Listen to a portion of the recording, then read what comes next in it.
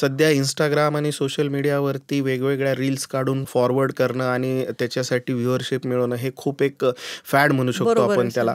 काहीतरी वेगळं करून दाखवण्याच्या प्रयत्नामध्ये ज्यावेळेला आपण ओव्हर ओव्हर एक्सरसाइज करतो. एक्सरसाइज करतो, त्यामुळे मात्र मसल इंजुरी, बायसेप्स इंजुरीचे प्रमाण आणि पेक्टोरलिस जो छातीच्या समोरचा मसल आहे हो. त्याचे फाटण्याचे सुद्धा आपल्याला खूप व्हिडिओज पाहायला मिळतात. जितकी सर्जरी जास्त कॉम्प्लेक्स तितका रिझल्ट कॉम्प्रोमाइज येतो. Compromise. त्यामुळे वेळात केलेलं निदान आणि वेळात केलेले उपचार हे नेहमीच फायदेशीर ठरते. की इंजुरीमुळे जी झीज होते, उतार वयामध्ये जी पाहायला मिळत होती आधी 60-65च्या नंतर, ती इंजुरी झालेल्या लोकांमध्ये 40-45 नंतरच पाहायला मिळते. अच्छा. खुब्यामध्ये एक अव्हॅस्क्युलर नेक्रोसिस नावाचा एक आजार पाहायला मिळतो. कोविड नंतर या एव्हियनचं प्रमाण थोडंसं वाढलेलं पाहायला मिळाले, कारण त्याचं अच्छा. कारण नाही कळालेलं, पण त्याचं एक प्रमाण वाढलेलं पाहायला मिळाले. ते. नवनवीन टेक्नॉलॉजीज येत राहणार आणि आपल्याला वेळेनुसार बदलत राहावं लागणार. तुम्ही अपडेट नाही केला तर आउटडेट होऊन जाणार. आपल्याला ॲक्सेप्टन्स असलं पाहिजे की मला या सर्जरीची गरज आहे की नाही, याच्यापेक्षा मी भविष्यातली ती सर्जरी टाळण्यासाठी ही सर्जरी करतो. बरोबर आहे. नमस्कार. मी पुन्हा एकदा तुमच्या सगळ्यांचं स्वागत करते brain wise beat doctor Pallavi प्रसादमध्ये. आज आपल्याकडे स्टुडिओमध्ये आलेले आहेत डॉक्टर रवी केराळकर सर. हे shoulder and joint preservation specialist आहेत आणि ते काय असतं आणि त्याला काय ट्रीटमेंट करायला पाहिजे आपण त्यांच्याकडनंच जाणून घेऊया. सर, तुमचं खूप खूप स्वागत आमच्या स्टुडिओमध्ये. नमस्कार. सर, आता मी जसं सांगितलं की शोल्डर अँड जॉईंट प्रिझर्वेशनवरती तुम्ही काम करता, तर त्याची थोडक्यात माहिती सांगाल का, की जॉईंट सर्जरी म्हणजे नेमकी काय आणि शोल्डरला कुठली कुठली सर्जरी लागते? खूप वेळेला जेव्हा आमच्याकडे पेशंट येतो आणि तो म्हणतो की मला खांदा दुखतोय, त्यावेळेला बऱ्याच पेशंटचं असं प्रेझेंटेशन असतं की पेशंट येऊन मला सांगतो मला फ्रोझन शोल्डरचा त्रास आहे. हो. कारण सामान्य नागरिकांमध्ये एक असं परसेप्शन आहे की खांदेदुखी म्हणजे फ्रोझन शोल्डर. बरोबर. तर खांदेदुखीचे प्रत्येक आजार हे फ्रोझन शोल्डर्स असतात का, हे पहिले जाणून घेऊया. खांदेदुखीच्या आणि खूप साऱ्या कारणांपैकी फ्रोझन शोल्डर हे एक कारण आहे आणि नो डाऊट फ्रोझन शोल्डर हे सगळ्यात कॉमन कारण आहे. पण प्रत्येक खांदेदुखी ही फ्रोझन शोल्डर नसते. त्याच्यासाठी त्याला इव्हॅल्युएट करून खांदेदुखीचं निदान करणं, कुठल्या कारणामुळे खांदेदुखी होती हे पाहणं गरजेचं असतं. त्याच्यासाठी क्लिनिकल एक्झामिनेशन, बाकीच्या वेगळ्या वेगळ्या इन्व्हेस्टिगेशन्स करून खांदेदुखीचं कारण कळालं आपल्याला की त्याच्यानुसार आपण ट्रीटमेंट करू शकतो. खांदेदुखीची नानाविध कारणं आहेत. त्याच्यामध्ये आपण वयोमानानुसार जर त्याचे गट पाहिले तर फ्रोझन शोल्डर हा युज्युअली 40 ते 70 या वयोगटामध्ये पाहायला जाणारा आजार आहे. तो स्त्रियांमध्ये मुख्यत्वे करून कॉमन आहे. आणि एक ज्या गोष्टीचं कारण लक्षात आलेलं नाही आहे ती गोष्ट म्हणजे फ्रोझन शोल्डर हा आजार डायबिटीस असलेल्या रुग्णांमध्ये नॉर्मल पॉप्युलेशनपेक्षा 5 पटीने जास्त पाहायला मिळतो. ओके. त्यामुळं डायबिटीस असलेली 40 ते 70 वयोगटामधली व्यक्ती आणि त्यातल्या त्यात मुख्यत्वे करून स्त्रिया यांना फ्रोझन शोल्डरचा त्रास आहे. फ्रोझन शोल्डर म्हणजे शोल्डर आपण हलवू नाही शकत आणि फ्रोझन शोल्डर म्हणजे बेसिकली खांदेदुखीसोबत कमी होत गेलेली खांद्यांची हालचाल म्हणजे फ्रोझन शोल्डर. आता याची कारणं वेगळी वेगळी असू शकतील, पण फ्रोझन शोल्डर हे त्यातलं एक महत्त्वाचं कारण आहे. बरोबर. फ्रोझन शोल्डर म्हणजे काय, की आपला खांदा जो आहे हा 3 हाडांचा मुख्यत्वे करून बनलेला असतो. हाताचं हाड, पाठीमागचं हाड ज्याला आपण स्कॅप्युला म्हणतो आणि गळ्याभोवतीचं हाड जे क्लॅव्हिकल. या तिन्ही हाडांना पकडून ठेवणारं एक कॅप्सूल नावाचं एक आवरण असतं. या कॅप्सूलची लवचिकता कमी झाल्यामुळे खांदेदुखी आणि त्याच्यासोबत कमी होत झालेली हालचाल म्हणजे फ्रोझन शोल्डर. बरोबर. याच्यासाठी आपल्याला ते कारण कळून घेणं गरजेचं आहे. हो. आणि त्याला कुठल्या कुठल्या टेस्ट करायला पाहिजे? सगळ्यात महत्त्वाचं फ्रोझन शोल्डरला आम्ही नेहमीच म्हणतो की इट इज क्लिनिकल डायग्नोसिस. त्याच्यामुळे सगळ्यात महत्त्वाचं क्लिनिकल एक्झामिनेशन, पेशंटला तपासणं महत्त्वाचं आहे. दुसरं, it is also diagnosis of exclusion, म्हणजे बाकीची सगळं खांदेदुखीची कारणं पाहून त्यांच्यापैकी कुठलंही निदान नाही हे बघून त्याला आपण फ्रोझन शोल्डर लेबल करू शकतो. त्यामुळं बाकीची खांदेदुखीची कारणं ज्याच्यामध्ये रोटेटर कफला सूज आलेली असणं किंवा रोटेटर कफला मार लागलेला असणं, खांद्यामध्ये बाकीची जी स्ट्रक्चर्स आहेत त्याच्यामुळे काही होतं आहे का, हे सगळं बघणं. याच्यामध्ये क्लिनिकल एक्झामिनेशन गरज असेल तेव्हा एक्सरे आणि खूप कमी पॉप्युलेशनमध्ये MRIची गरज पडते, ज्याच्यामध्ये आपल्याला क्लिअर कट कळतं की कुठल्या कारणामुळे खांदेदुखी होती आणि खांद्यांची हालचाल कमी झालेली. हो. तर ज्याला समजा ज्याला फ्रोझन शोल्डर नाही आहे आणि त्याला वेगळंच काहीतरी, तर त्यांचं काय असतं डायग्नोसिस? खांदेदुखीचं बघितलं तर वयोगटानुसार जर आपण त्याची कारणं बघायला गेलो तर हो. तरुण वयामध्ये ॲक्टिव्हिटी जास्त असतात, हो. खेळण्यामध्ये पार्टिसिपेशन जास्त असतं, त्यामुळे इंजुरी रिलेटेड खांदेदुखीची कारणं ही तरुण वयामध्ये जास्त पाहायला मिळतात. ओके. त्याच्यामध्ये फ्रॅक्चर्स असतील, डिस्लोकेशन्स तरुण वयामध्ये खूप कॉमन असतात आणि उतार वयामध्ये होणाऱ्या झिजेमुळे खांदेदुखीची कारणं, फ्रोझन शोल्डर हे त्यातलंच एक कारण आहे. खांद्यांची हालचाल राहण्याकरता एक रोटेटर कफ नावांचा स्नायूंचा समूह असतो. त्या स्नायूंना झालेली इजा, ज्याला रोटेटर कफ टेअर किंवा इंजुरी म्हणतो, हे एक प्रामुख्याने उतार वयातलं कारण आपण बघू शकतो. आणि खूप दिवसांपासून इजा झालेली आहे, खांदेदुखी खूप दिवसांपासून चालू आहे, पण त्याकडे दुर्लक्ष झालेले, त्याच्यामुळे खांद्यांमध्ये वाढीव झीज होऊन जो आर्थरायटिस आपल्याला पाहायला मिळतो, हे सगळे उतार वयामध्ये पाहायला मिळालेली कारणं आहेत. बरोबर. त्यामुळं पेशंटचं वय, पेशंटची लाईफस्टाईल, किती ॲक्टिव्ह पेशंट आहे, त्याला इजा झाल्याची काही हिस्ट्री आहे हिस्ट्री का, आहे या का? सगळ्या गोष्टी बघून खांदेदुखीचे एक कारणाचा आपल्याला अंदाज बांधता येतो आणि त्याच्यानुसार मग आपण रिलिव्हंट इन्व्हेस्टिगेशन करून डायग्नोसिस करू शकतो. तर यंग जनरेशनमुळे आता जे जिमला जाण्याचं प्रमाण वाढलेलं आहे, हो. तर ते रॉंग जिम केल्यामुळे होणाऱ्या इंजुरीज पण ह्याच्यात येतात का? सध्या इंस्टाग्राम आणि सोशल मीडियावरती वेगवेगळ्या रील्स काढून फॉरवर्ड करणं आणि त्याच्यासाठी व्ह्युअरशिप मिळवणं हे खूप एक फॅड म्हणू शकतो बरोबर आपण आहे, त्याला. हो. आणि त्याच्यामध्ये मग वेगवेगळ्या प्रकारच्या इंजुरीजचे पण व्हिडिओज आपल्याला पाहायला मिळतात. सो व्यायाम करा, पण व्यवस्थित व्यायाम करा, ज्याच्यामध्ये इजा होऊ नये अशा बरोबर. प्रकारचे जर व्यायाम केले तर आपण ह्या सगळ्या इंजुरीज नक्कीच टाळू शकतो.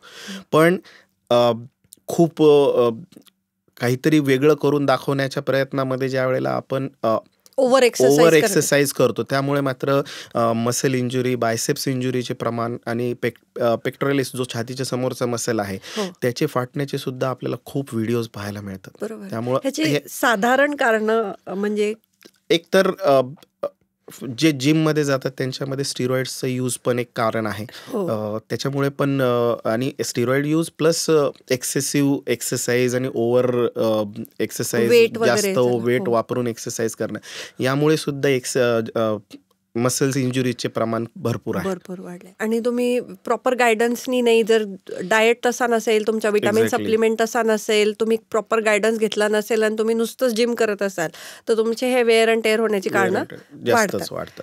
खांदेदुखीचं एक दुसरं मुख्य कारण म्हणजे डिस्लोकेशन्स. ओके. त्याच्यामध्ये युजली ट्रॉमाची हिस्ट्री असते. पेशंट पडतो, कुठेतरी काहीतरी लागतं.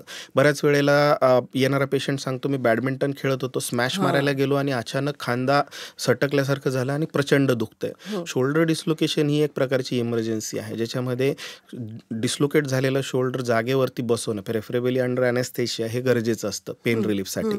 आणि एकदा तो जागेवरती बसवल्यानंतर मग आपण त्याला काही दिवस इमोबिलाइज ठेवून, 2-3 आठवडे इमोबिलाइज ठेवून मग परत फिजिओथेरपी चालू करून त्या खांद्याची स्टेबिलिटी पूर्ववत करू शकतो.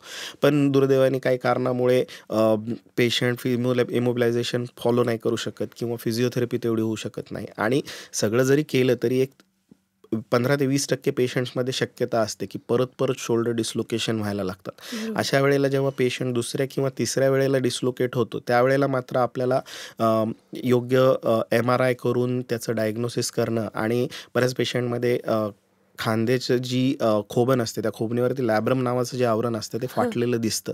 आणि ते फाटलेलं आवरण आपल्याला सर्जरी करून रिपेअर करणं गरजेचं असतं. ते जेणेकरून ही शोल्डर्स इन्स्टेबिलिटी जी डेव्हलप झालेली आहे, ज्याच्यामुळे शोल्डर परत खांदा निखळतो, हो. ते रिपेअर करून आपल्याला ती खांद्याला स्टेबिलिटी देणं गरजेचं असतं.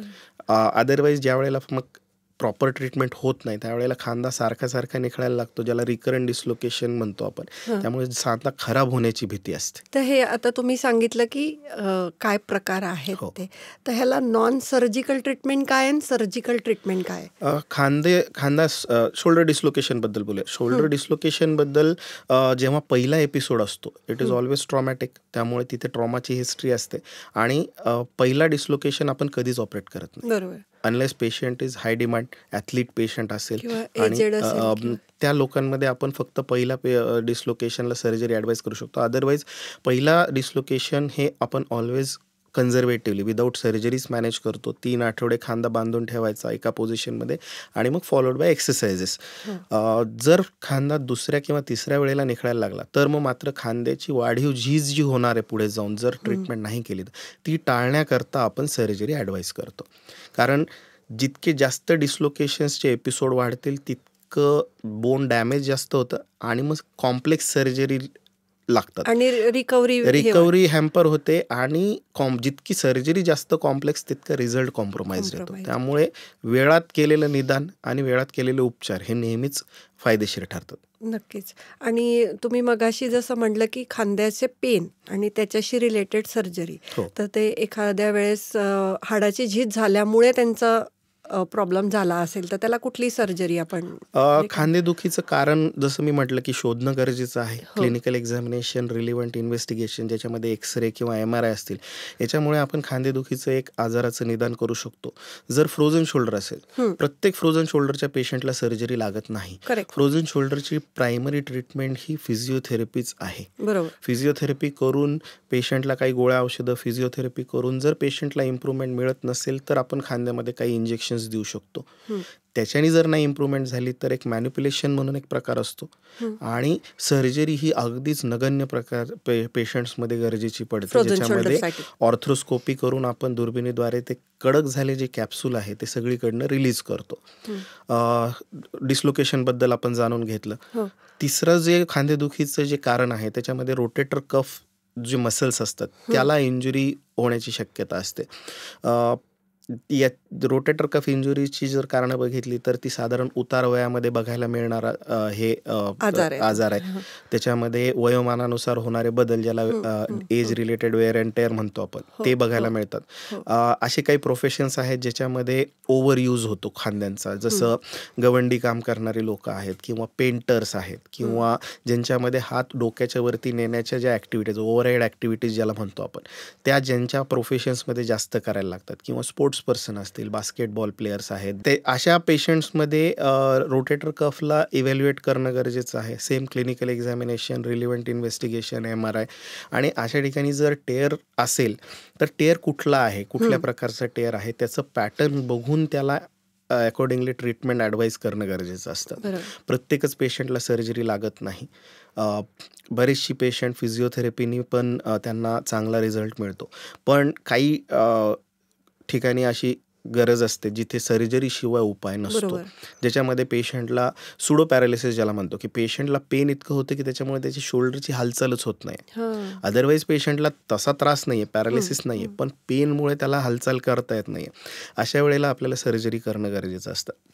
दुसरं, या सर्जरी याच्यासाठी गरजेचं असतात की आपण जर सर्जरी नाही केल्या तर ही सर्जरी न केल्यामुळे ही जी कंडिशन आहे ती पुढे प्रोग्रेस होत जाते, वाढीव झीज पाहायला मिळते आणि रोटेटर कफ ऑर्थोपॅथी ज्याला म्हणतो, ज्याच्यामुळे रोटेटर कफ नसल्यामुळे जी खांद्यांची झीज होते आणि त्याला जो आर्थरायटिस होतो त्याला आपण रोटेटर कफ ऑर्थोपॅथी म्हणतो, तो टाळण्यासाठी एक जॉईंट प्रिझर्वेशन म्हणून का होईना पण ही सर्जरी करणं गरजेचं असतं. अदरवाईज जर सर्जरी नाही केली आणि रोटेटर कफ ऑर्थोपॅथी डेव्हलप झाली तर मग अजून कॉम्प्लेक्स अशी शोल्डर रिप्लेसमेंट नावाची सर्जरी आपल्याला त्या पेशंटमध्ये करणं भाग पडतं. ओके, तर रिप्लेसमेंट म्हणजे आपण काय करतो त्याला? शोल्डर एक बॉल अँड सॉकेट जॉईंट आहे. एक सॉकेट असतं आणि बॉल असतं. शोल्डरमध्ये खांद्याची नैसर्गिक संरचनाच अशी आहे की ती खोबन जी आहे, सॉकेट जे आहे ते बॉलच्या कम्पॅरिझनमध्ये खूप छोटं आहे. त्यामुळे शोल्डर हा इनहेरंटली इन्स्टेबल अस्थिर सांधा आहे. पण त्या अस्थिरतेच्या बदल्यामध्ये आपल्याला त्याची मुवमेंट मिळालेली आहे. कारण शोल्डर हा सगळ्यात जास्त मुवमेंट असलेला सुद्धा जॉईंट आहे. त्यामुळं ओव्हर ॲक्टिव्हिटीज खूप जास्त होतात शोल्डरमध्ये. सो हे जे स्ट्रक्चर आहे हे रोटेटर कफ कसा आहे याच्यावरती आपल्याला ठरवावं लागतं. जर रोटेटर कफ मसल्सचा जो समूह आहे तो जर चांगला असेल तर टोटल शोल्डर, ज्याच्यामध्ये सॉकेटच्या जागी सॉकेट आणि बॉलच्या जागी बॉल आपण रिप्लेस करतो. पण बऱ्याच पेशंटमध्ये रोटेटर कफ इतकं खराब झालेलं असतं की ते डिस्फंक्शनल असतं. अशा वेळेला आपल्याला कन्व्हेन्शनल टोटल शोल्डर रिप्लेसमेंट करून उपयोग होत नाही, कारण तो रिझल्ट आपल्याला पाहिजे तसा मिळत नाही. अशा वेळेला आपण रिव्हर्स शोल्डर, ज्याच्यामध्ये आपण ॲनाटॉमी चेंज करतो, जिथे सॉकेट असतं तिथे बॉल बसवतो आणि जिथे बॉल असतो तिथे सॉकेट बसवतो, अशा प्रकारचं एक उलटं रिव्हर्स शोल्डर, ज्याला रिव्हर्स शोल्डर रिप्लेसमेंट, अशा प्रकारची सर्जरी आपल्याला या पेशंट्समध्ये करावी लागते. हे जनरली स्पोर्ट्स पर्सनला जास्त स्पोर्ट्स पर्सनमध्ये युजली रोटेटर कफ टेअर आणि डिस्लोकेशन्सचे प्रकार जास्त होतात. त्यांच्यामध्ये त्यांना शोल्डर ॲक्टिव्हिटीज जास्त पाहिजे असतात, त्याच्यामुळे ते लवकर कन्सल्टेशन पण लवकर करतात, त्याच्यामुळे ते त्या स्टेजला कधी पोहोचत नाहीत जी की त्यांना टोटल शोल्डर किंवा रिव्हर्स शोल्डर ऑर्थोप्लास्टीची गरज पडावी. त्यामुळे त्यांच्यासाठी दुर्बिणीद्वारे बँकार्ड रिपेअर म्हणा किंवा रोटेटर कफ रिपेअर या ज्या सर्जरी त्या इंजुरी पॅटर्ननुसार त्या केल्या तरी त्यांचं म्हणजे स्पेशली क्रिकेट किंवा बॅडमिंटन खेळणारे जे लोक ज्यांना पुढे जाऊन खेळायचं पण असतं आणि त्यांना हे असे प्रॉब्लेम येतात, तर त्यांच्या सर्जरी नंतर पण ते हे सगळे ऍक्टिव्हिटी नॉर्मल करू शकतात. खूप चांगला प्रश्न आहे, कारण जी काही स्पोर्ट्स पर्सन आमच्याकडे येतात त्यांचा पहिला प्रश्न तोच असतो, सर्जरी लागेल ठीक आहे, पण मी कधी खेळू शकेल. त्यामुळे आम्ही त्यांना सांगतो की ऑपरेशन नंतर खांदा बांधलेला असेल 7 ते 10 दिवस, मग आपण हालचाली चालू करू. पण त्यांचा सगळ्यात महत्त्वाचा तोच प्रश्न असतो की मी खेळायला पद्धत कधी सुरू तेवढ्याच इंटेन्सिटी आणि तेवढ्याच इंटेन्सिटी. त्यामुळे आम्ही त्यांना सांगतो की रिटर्न टू स्पोर्ट्स ॲक्टिव्हिटी ही जी फिजिओथेरपीचा प्रकार आहे हा आपण साधारण 3 ते 4 महिन्यांनी सुरू करतो. पण definitely at the end of 6 ते 9 महिन्यांपर्यंत पेशंट पहिल्या इंटेन्सिटीने प्रत्येक खेळ सुरू करू शकतो खेळायला. आता हे आणखीन एक स्पोर्ट्स पर्सनशीच रिलेटेड क्वेश्चन असा आहे की त्यांना खेळायचं असतं, त्यांच्या मोमेंट त्यांना माहिती की हा कुठेतरी जाऊन मला इंजुरी देणार आहे, तर त्यांनी त्याच्या प्रिव्हेन्शनसाठी काय करायला पाहिजे? खेळताना आपण तेवढं लक्ष दे, पण ते इतक्या इंटेन्सिटीने खेळत असतात की त्यांना ते लक्षात नाही. त्यामुळे इंजुरी, स्पोर्ट्स आहे म्हटल्यावर इंजुरी होणार, राईट. त्यामुळे इंजुरी झाली जरी तरी त्याला योग्य वेळी योग्य ट्रीटमेंट घेणं हे सगळ्यात महत्त्वाचं आहे. आणि मेनली की तुमची जी सर्जरी आहे ती केल्यानंतर पण तुम्ही सेम खेळू शकता, हे एक महत्त्वाचा पॉईंट, आणि ती करायलाच पाहिजे, कारण ती नाही केली तर ती वाढत जाणार. आणि मग खेळ बंद होण्यापेक्षा ती सर्जरी करून ते केलेलं नेहमीच चांगलं. सर, आता शोल्डरबद्दल जसं तुम्ही सांगितलं तसं जॉईंट प्रिझर्वेशन म्हणून तुम्ही म्हणले सुरुवातीला, तर त्याच्याबद्दल थोडक्यात सांगाल का? म्हणजे काय नेमकं? जॉईंट रिप्लेसमेंट आपल्याला सगळ्यांनाच माहिती झाले, कारण प्रत्येकाने कोणाचं ना कोणाचं जॉईंट रिप्लेसमेंट पाहिलेलं आहे. बरोबर. जे उतार वयामध्ये जे काही बदल होतात त्यामुळे जे सांध्यांची झीज होते, त्यामुळे चालणं, सगळ्या डेली ॲक्टिव्हिटीज हॅम्पर होतात आणि मग जॉईंट रिप्लेसमेंटचा सल्ला दिला जातो. जॉईंट रिप्लेसमेंट ही एक बऱ्याच दिवसांपासून एक प्रचलित झालेली आणि सक्सेसफुल सर्जरी, मी तर म्हणतो ती एक लाईफस्टाईल चेंजिंग सर्जरी आहे, कारण पेशंटची ॲक्टिव्हिटी खूप सुधारते आणि सक्सेसफुल सर्जरी आहे. पण ही उतार वयात केली जाणारी सर्जरी आहे. हल्ली आपल्याला बघायला मिळेल की फिजिकल ॲक्टिव्हिटी किंवा इन जनरल हेल्थबद्दल अवेअरनेस वाढलेला आहे. आपल्याला सकाळी बरीच लोक जॉगिंग करताना किंवा फिजिकल ॲक्टिव्हिटी करताना दिसतात. लोकांचा फिजिकल अवेअरनेस वाढलेला आहे, त्यामुळे फिजिकल ॲक्टिव्हिटीजसुद्धा वाढलेल्या आहेत. तर वाढलेल्या फिजिकल ॲक्टिव्हिटीज सोबतच इंजुरीज पण येतात. त्यामुळे काय होतंय की इंजुरीमुळे जी झीज होते ती जी उतार वयामध्ये जी पाहायला मिळत होती आधी 60-65च्या नंतर, ती इंजुरी झालेल्या लोकांमध्ये 40-45 नंतरच पाहायला मिळते, आणि हे वय जॉईंट रिप्लेसमेंटचं नाही. सो अशा पेशंट्समध्ये ज्यांना फिजिकल ॲक्टिव्हिटी कंटिन्यू करायची आहे पण त्यांची झीज इतकी नाही आहे की त्यांना जॉईंट रिप्लेसमेंट लागेल, अशा पेशंट्समध्ये ते इंजुरी ट्रीट करणं आणि असे काही प्रतिबंधात्मक उपाय करणं ज्याच्यामुळे झीज वाढू नये आणि पुढे जाऊन भविष्यामध्ये जॉईंट रिप्लेसमेंटची गरज पडू नये, याच्यासाठी जे केले जाणारे उपाय आहेत हे म्हणजे जॉईंट प्रिझर्वेशन. ओके. तर हे जॉईंट प्रिझर्वेशन आपण कुठल्या कुठल्या जॉईंटसाठी करू शकतो? हे जॉईंट प्रिझर्वेशन हे आपण प्रत्येक जॉईंटसाठी करू शकतो, पण ज्या जॉईंट रिप्लेसमेंट सर्जरीज ज्या जास्त कॉमन आहेत त्याच्यामध्ये गुडघा झाला, खांदा आणि खोबा या 3 हाडांमध्ये आपण जॉईंट प्रिझर्वेशन सर्जरीज नक्कीच करू शकतो. तर हे जॉईंट प्रिझर्वेशन आपण कोणाकोणाला करू शकतो? मी जसं म्हटलं की आता सध्या फिजिकल अवेअरनेस खूप वाढलेला आहे, त्यामुळे मॅरेथॉन्स असतील, आयर्नमॅन खूप पॉप्युलर झालेलं आहे, किंवा ट्रेकिंग पण सध्या खूप पॉप्युलर आहे. वीकेंड वॉरियर्स ज्यांना म्हणतो, ज्यांना आठवड्याभरात वेळ मिळत नाही पण शनिवार रविवारी त्यांना वेळ मिळतो त्यावेळेला ते ॲक्टिव्हिटी करायचा प्रयत्न करतात. सो ही जे फिजिकली ॲक्टिव्ह ग्रुप आहे यांच्यामध्ये जेव्हा इंजुरीज होतात त्याला जर प्रॉपर ट्रीटमेंट नाही मिळाली तर मग आपल्याला वाढीव झीज पाहायला मिळू शकते. सो ज्यांच्यामध्ये गुडघेदुखीचे सिम्पटम्स आहेत, ज्यांचं वय फार नाही आहे आणि त्यांना फिजिकल ॲक्टिव्हिटीज कंटिन्यू करायच्यात, अशा पेशंट्समध्ये आपण जॉईंट प्रिझर्वेशन्स करू शकतो. त्याच्यामध्ये गुडघ्यादुखी किंवा कुठले सांध्याचे दुखण्याची कारणं शोधणं, त्या कारणांची योग्य ती ट्रीटमेंट करणं आणि पुढे जाऊन हे वाढू नये याच्यासाठी प्रिव्हेंटिव्ह मेजर्स घेणं म्हणजे जॉईंट प्रिझर्वेशन. सो पेशंट जर आला, गुडघे दुखतात, काहीतरी ॲक्टिव्हिटी करताना इंजुरी झाली, ट्विस्ट झाला, मग अशा वेळेला गुडघ्यामध्ये काही लिगामेंट्स असतात, त्यांना इंजुरी होऊ शकते. गुडघ्यामध्ये आपण ज्याला मराठीमध्ये खुर्च्या म्हणतो, गादी, मेनिस्कस, त्या मेनिस्कसला इंजुरी झालेली असते. अशा वेळेला ते मेनिस्कस रिपेअर करणं, लिगामेंट रिकन्स्ट्रक्ट करणं किंवा हाडांवरती जे कार्टिलेज नावाचं आवरण असतं त्याला इंजुरी झालेली असते. सो त्या कार्टिलेज इंजुरीसाठी ट्रीटमेंट करणं. आणि बऱ्याच वेळेला असं बघायला मिळतं की आता गुडघ्याबद्दल बोलूया. गुडघ्याच्या आतल्या बाजूची झीज जास्त झालेली असते, त्यामुळे गुडघ्याला एक प्रकारचा बाक आलेला असतो. सो तो बाक किती आहे त्याचं एक व्यवस्थित मेजरमेंट करणं, त्याच्यामुळे गुडघ्याच्या आतल्याच बाजूवरती जास्त जोर येतोय, सो तो कंपार्टमेंट ऑफलोड करण्यासाठी ॲक्सिस करेक्शन सर्जरी, हे सगळे प्रकार आपण जॉईंट प्रिझर्वेशनमध्ये करू शकतो.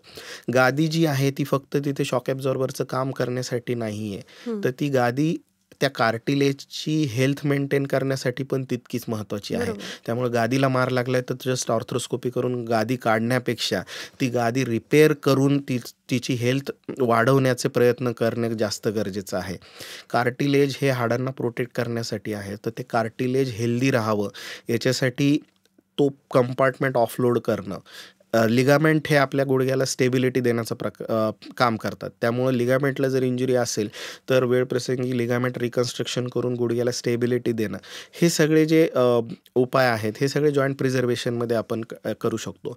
एक जो आतल्या बाजूची झीज झाल्यामुळे जो एक प्रकारचा बाक आलेला असतो गुडघ्याला, त्यामुळे काय होतं की तो आतलाच उभं राहिल्यानंतर चालताना त्या आतल्या भागावरती जास्त वजन येऊन ती झीज वाढत जाते.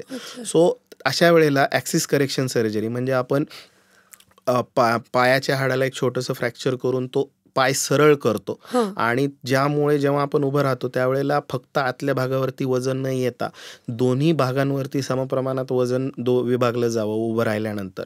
अशा प्रकारच्या जे ऑफलोड सर्जरी आहेत त्याला आपण ॲक्सिस करेक्शन सर्जरी म्हणतो. या सगळ्या प्रकारच्या सर्जरीज वापरून आपण जॉईंट प्रिझर्वेशन म्हणजे जे खांद्यांची रिप्लेसमेंट पर्यंत जाण्याची गरज नाही.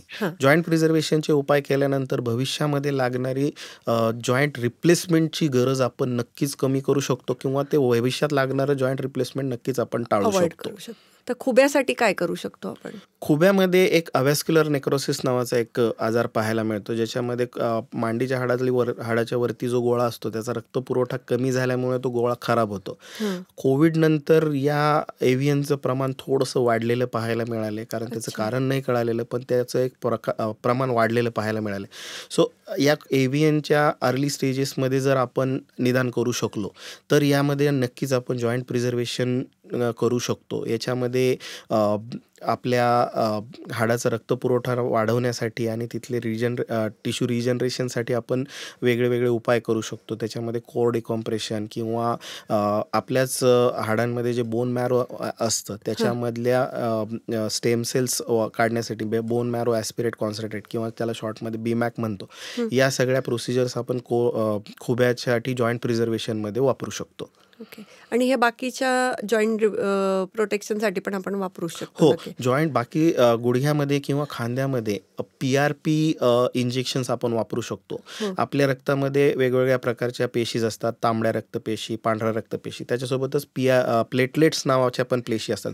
डेंग्यूच्या आजारामध्ये सगळ्यांना माहीत असतं प्लेटलेट्स किती कमी झाले तेवढं विचारतात. आजकाल PRP पण माहिती आहे सर लोकांना, कारण हेअर आणि स्किन ट्रीटमेंटसाठी. सो PRP मध्ये आपण काय करतो की पेशंटच्याच रक्ताचं एक सॅम्पल घेतो आणि त्यातनं प्लेटलेट्स वेगळ्या करतो.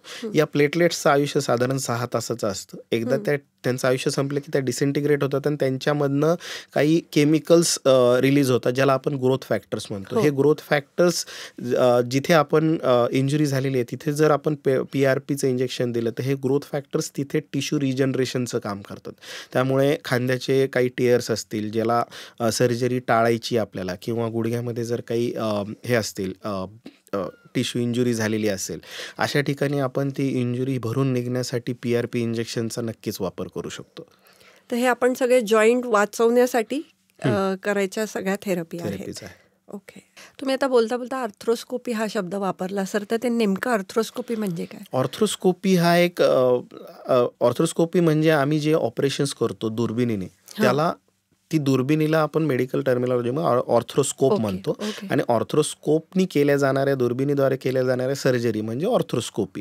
तर जॉईंट प्रिझर्वेशनच्या बद्दल मी ज्या सर्जरीज बोललो, गादी रिपेअर करण्याच्या सर्जरीज असतील किंवा लिगामेंट रिकन्स्ट्रक्शन सर्जरीज असतील, कार्टिलेजच्या प्रोसिजर असतील, या सगळ्या आपण दुर्बिणीद्वारे करू शकतो. याला जॉईंट ओपन करायची गरज नाही आहे.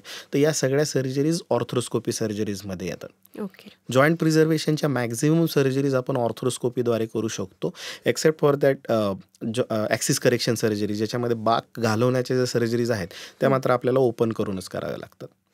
आता जास्त करून जे आपण एल्डरली लोकांमध्ये बघतो की त्यांचे खोबे एक सर्टन एज नंतर आपोआप पण डॅमेज होतात हो. किंवा आपोआप पण फ्रॅक्चर होतात.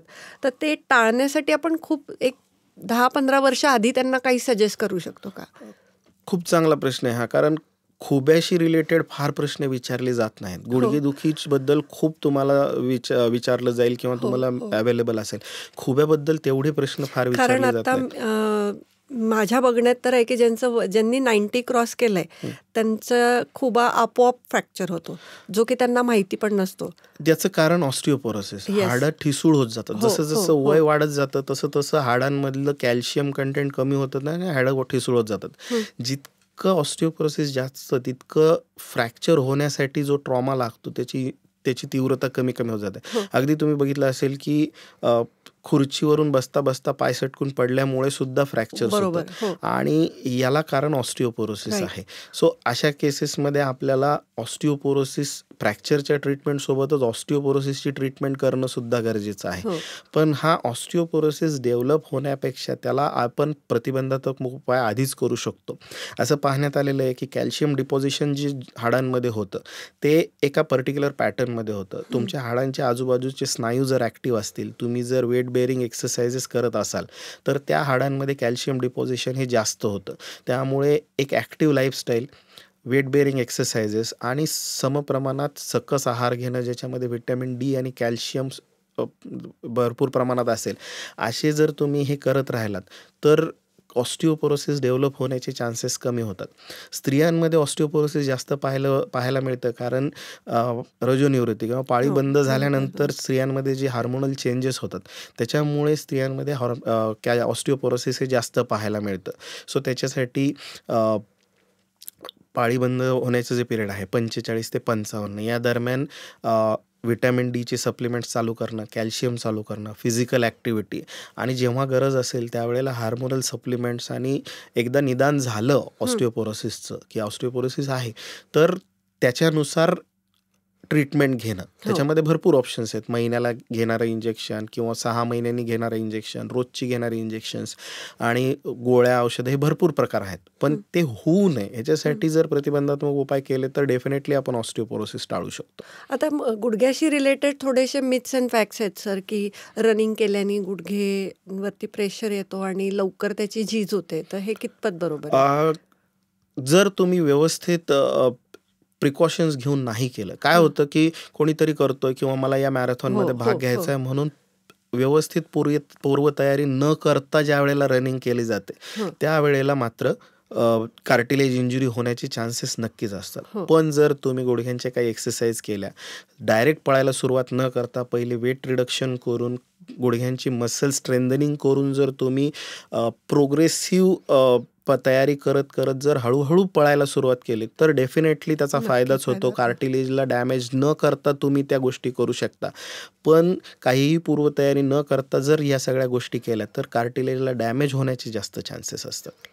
आणि अजून एक हे आहे की रिप्लेसमेंट जर केलेला असला, नी रिप्लेसमेंट, बऱ्याचशा गोष्टी तुम्हाला करता येत नाही, खाली बसणे किंवा काय, तर त्या ह्या आपण जे प्रिझर्वेशन करतो त्याच्यात आपण नक्की करू शकतो. नक्कीच करू शकतो, कारण जॉईंट रिप्लेसमेंट केल्यानंतर आपण तिथे कृत्रिम सांधा टाकलेला आहे. त्या कृत्रिम सांध्याच्या काही निर्बंध आहेत, त्याला एक लिमिटेशन्स आहेत, मुवमेंटचे लिमिटेशन्स आहेत, जसं मांडी घालून बसता येत नाही किंवा इंडियन टॉयलेट वापरता येत नाही, खाली बसता येत नाही.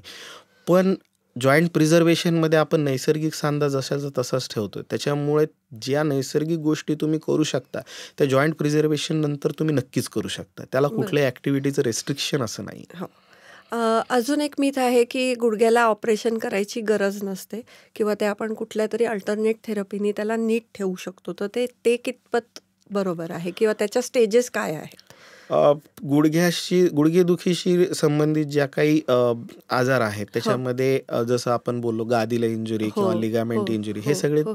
तरुण वयामध्ये दिसणारे आजार आहेत. हो, आणि झालेली झीज आणि त्याच्यामुळे होणारा आर्थरायटिस हे सगळे उतार वयामध्ये होणारे आजार आहेत. हो. सो सर्जरीची गरज आहे की नाही हे त्या गुडघेदुखीच्या कारणावरून ठरवायला पाहिजे. हो. प्रत्येक पेशंटला सर्जरीची गरज नसते. राईट. त्यामुळं कारण शोधणं गरजेचं आहे. तुमच्या गुडघ्याची झीज जर जास्त नाहीये तर तुम्हाला बरेचसे ऑप्शन आहेत. जसं जॉईंट प्रिझर्वेशन ही एक हो. प्रतिबंधात्मक सर्जरी राईट. गरजेची नाही की तुम्ही केलीच पाहिजे. बरोबर आहे. पण जर ती तुम्ही केली तर तुम्ही भविष्यातलं एक ऑपरेशन टाळू शकता. राईट. तो एक आपल्याला ॲक्सेप्टन्स असला पाहिजे की मला या सर्जरीची गरज आहे की नाही याच्यापेक्षा मी भविष्यातली ती सर्जरी टाळण्यासाठी ही सर्जरी करतो. बरोबर आहे. त्यामुळं या गोष्टी ठरवण्यासाठी मुख्य कारण शोधणं गरजेचं आहे. खूपच जास्त झीज झालेली आहे गुडघ्यांची, गुडघ्याला खूप तुम्ही बघितलं असेल चालताना पूर्ण एकदम पाय वाकडे झालेले असतात, चालता येत नाही, अगदी थोड्या वेळ चाललं तरी दुखतं. अशा वेळेला तुम्ही जॉईंट प्रिझर्वेशन करू शकत नाही किंवा सर्जरी टाळू शकत नाही. अशा वेळेला तुम्हाला जॉईंट रिप्लेसमेंटचीच गरज आहे. बरोबर आहे. तर ज्या वेळेला जी सर्जरी गरजेची आहे ती केलीच पाहिजे. राईट. आणि प्रॉपर डायग्नोसिस करून केली पाहिजे. तुम्ही म्हटले जॉईंट रिप्लेसमेंट, तर खरंच पूर्ण जॉईंट काढून आपण तो रिप्लेस करतो का? जॉईंट रिप्लेसमेंट हे ॲक्च्युली एक अपभ्रंश आहे. जॉईंट रिप्लेसमेंट करताना आपण जॉईंट पूर्ण काढून टाकत नाही, तर हाडांच्या वरती जे खराब झालेलं कार्टिलेज नावाचं आवरण असतं ते फक्त आपण काढतो आणि त्याच्याऐवजी मेटल इम्प्लांट्स आपण तिथे फिट करतो. सो वाट्या बदलणे किंवा पूर्ण सांधा बदलणे हे एक थोडंसं अपभ्रंश आहे. आपण फक्त सरफेस रिप्लेसमेंट ही त्याच्यासाठी जास्त चांगली टर्म आहे. ओके. आणि आता तुम्ही म्हणले की आपण त्याला मेटल लावतो, तर हो. त्या मेटल ह्या शब्दाला पण लोक घाबरतात की माझ्या बॉडीत मेटल आहे तर त्याचा मला आता पेन होईल का? ॲक्च्युली तसं पेन होत नाही. जॉईंट रिप्लेसमेंट केल्यानंतर ज्या गोष्टींमुळे पेन होतं त्याच सगळ्या गोष्टी आपण काढून टाकलेल्या आणि मेटल हा एक निर्जीव पार्ट आहे, त्याच्यामुळे पेन होत नाही. उलटं होतं. जॉईंट रिप्लेसमेंट केल्यानंतर पेन हळूहळू पूर्णपणे चाललं जातं आणि मी जसं म्हटलं की ही एक लाईफस्टाईल चेंजिंग सर्जरी आहे, लाईफ चेंजिंग सर्जरी आहे. आणि ह्याचा रिकव्हरी टाईम कसा आहे की लोकांना वाटतं की आता मला खूप दिवस हॉस्पिटलमध्ये राहावं लागेल किंवा खूप वेळ लागेल रिकव्हरीला, तर त्याच्याबद्दल सांगाल का? डेफिनेटली एक मेजर सर्जरी आहे, पण या सर्जरीमध्ये बेड रेस्ट अशी नसते. जॉईंट रिप्लेसमेंट नंतर पेशंटला दुसऱ्या दिवशी आपण चालवतो. फिजिओथेरपी करावी लागते. हळूहळू पेन कमी होत जातं आणि त्याच्या हिशोबाने आपण फिजिओथेरपी वाढवत नेतो. एक साधारण 2 ते 3 आठवडे वॉकर सपोर्ट घेऊन आणि तिथून पुढे 2-3 आठवड्यांनी स्टिकचा सपोर्ट घेऊन आपण पेशंटला चालवतो. फिजिओथेरपी फार लागत नाही, पण रेग्युलरली फिजिओथेरपी केल्यामुळे रिकव्हरी लवकर होते आणि एक साधारण 4 ते 6 आठवड्यामध्ये पेशंट विना आधाराचं चालू शकतो. आता जे काही नवीन ॲडव्हान्सेस आलेत त्याच्यामध्ये कन्व्हेन्शनल जॉईंट रिप्लेसमेंटसोबतच रोबोटिक जॉईंट रिप्लेसमेंट पण आलेलं आहे. याच्यामध्ये सर्जरीची अचूकता वाढलेली आहे, होणारा रक्तस्राव कमी आहे, त्याच्यामुळे पेशंटला ऑपरेशननंतर पेन कमी होतं आहे, त्यामुळे रिकव्हरी टाईम खूप कमी झालेला आहे.